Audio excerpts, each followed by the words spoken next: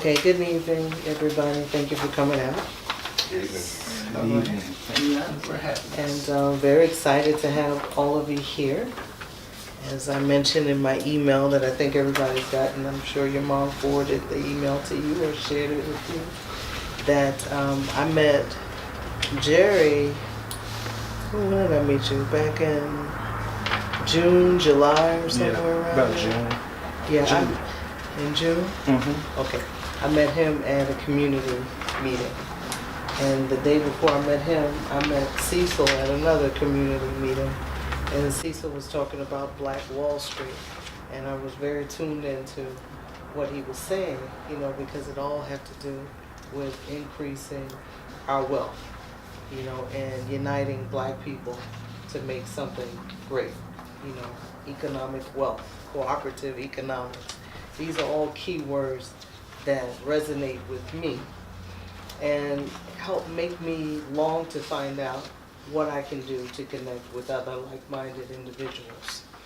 So I knew Jerry to be a master grower, and I wrote a story on him. He's helped with hydroponic and aquaponic systems and help people in South Dallas and other areas of Dallas grow their own food. You know, teach them farming, basic farming skills, and also a way for them to make money off of the system that they set up by, what is it, by growing fish or something they can sell back? Through an aquaponic system called the Backyard Liberation Garden. And so basically I was calling it cooperative urban farming. So if each one of you in your own individual homes had your own system, we would come back and say, hey, your system grew 200 fish, give us 100, you give us 100, you give us 100. We have 300 fish over here. I go to a distributor, ask them how much they would give us. Whatever, 1,500, great, come back, you get a piece, you get a piece, you get a piece. And we do that every month as your system cycle. So that's the quick and short of it. I can go more in depth, and I will later on in the presentation. Okay, then I got an email from them at one point. Maybe this was like after I met them, maybe September, October. And I kind of put it on the side. You know, I read it and I was like, oh, this is interesting, you know, getting involved with the cannabis industry. And then something dawned on me, something woke me up. It may have been California going legal. And I said, hey, you know, that's a story I can write about. And the more I talked to Jerry, I interviewed him first over the phone, and then I interviewed Cecil over the phone. I'm like, hey, you know, I want to get involved. And the growing season is from March to October. So I know their timing is already good because they've been working on this for some time. But for some reason, it kind of clicked with me, and I was like, hey, you know, if I want to get in there, you know, hey, I want to be a part of this. So I'm glad I contacted them. I just started thinking this is such a wonderful opportunity, appears to be to me. I want to bring in as many people as I possibly can, at least make them aware, and you make your own decisions about it, okay? So without further ado, I believe Cecil, Mr. Cecil Collier is going to be doing the presentation, and then Jerry will jump in, and then if you have questions, open the floor, okay? Thank you. Right now, there are only 13 farms, marijuana grows throughout Florida. And what this means is, as Florida opens up and the rest of the country opens up, it's the most tropical place, of course, gets the most sunlight to grow marijuana. That's one. Number two, you have the largest population of senior citizens there in Florida. A lot of them are using, of course, the oils more so than, you know, the flower end of it to smoke. So basically, within the next year to 2 years, Florida will represent 60% of all the marijuana coming out of the U.S. And I reiterate, they only have 13 farms now. So what does that do for our association right now? What that does is, by us getting a head start up in Oregon, starting to generate some revenue as an association, the first thing we would want to do is look to our members and say, hey, who wants to go to Florida? Who wants to set up a farm in Florida? We'll help you set it up, of course, right? Because we want you to be successful, because it all comes back to the association and circulates anyway. So you by coming into the association, maybe going through apprenticeship, or maybe not, just being a member, you'll have the first option when we say, hey, Florida's ready to go. We have some licensing already lined up. Who wants to go? And you'll be able to jump over a lot of people who are going to be putting in their applications. But 60%, y'all, of all the marijuana will be coming out of Florida. And a large percentage of that, of course, will be actually sold there in Florida with the senior citizens there. So that's new information. So that's why it's not even in our PowerPoint, because literally about every 2-3 weeks, we get new information, new updates. So we just want to talk about Florida right now, but there's another really exciting state that's going to be coming on board very soon too.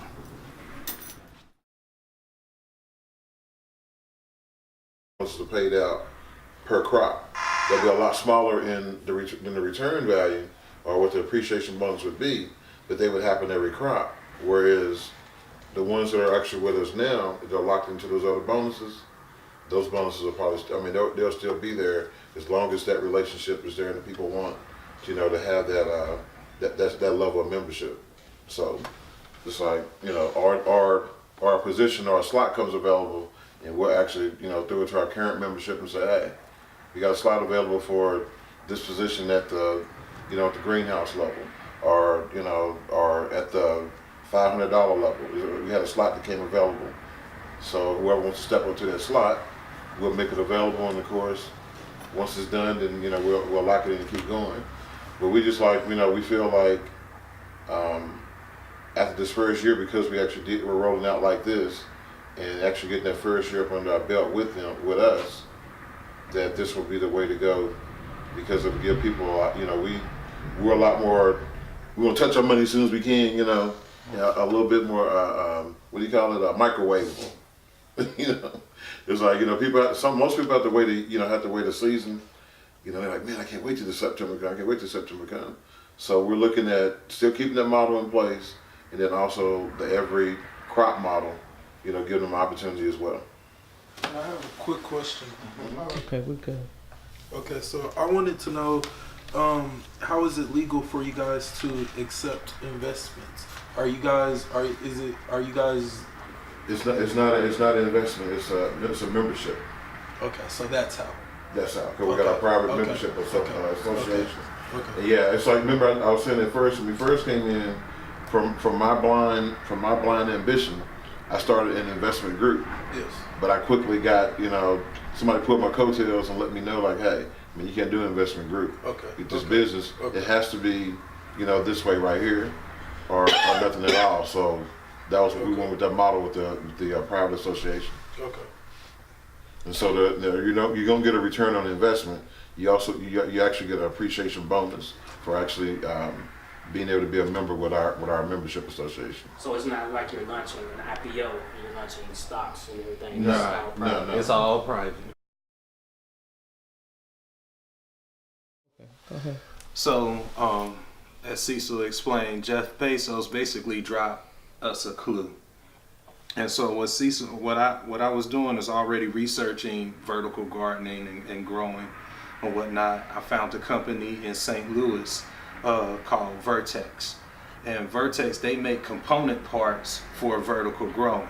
And Cecil and I, we went up there, like he said, about 6 months ago, and went in, small company, and they had all of these component parts where we could literally build a wall in about a half an hour and grow food on this wall, basically within a half an hour, y'all. And putting these pieces, up as high and as wide as you really want to. So what they did is they seen our ambition. They were excited that we even came from Texas to St. Louis to check them out, and they offered us to be their national distributor. They don't have anyone distributing these component parts and install them. They don't have anybody to install them. So once again, Cecil and I came back. We talked about this. We were already doing this. There's a whole agriculture piece to this. So somebody like you guys don't want to get into this side of it. Well, maybe you want to be an installer for vertical farms. Maybe you see this going into restaurants.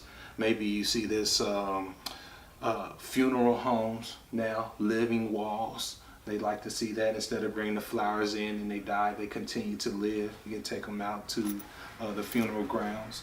But just think about it like this. You can grow your own installation company and you have access and will have the only access or exclusive access to these component parts. So you can grow your company as large as you want. So that's just one of the aspects or privileges to membership within the association.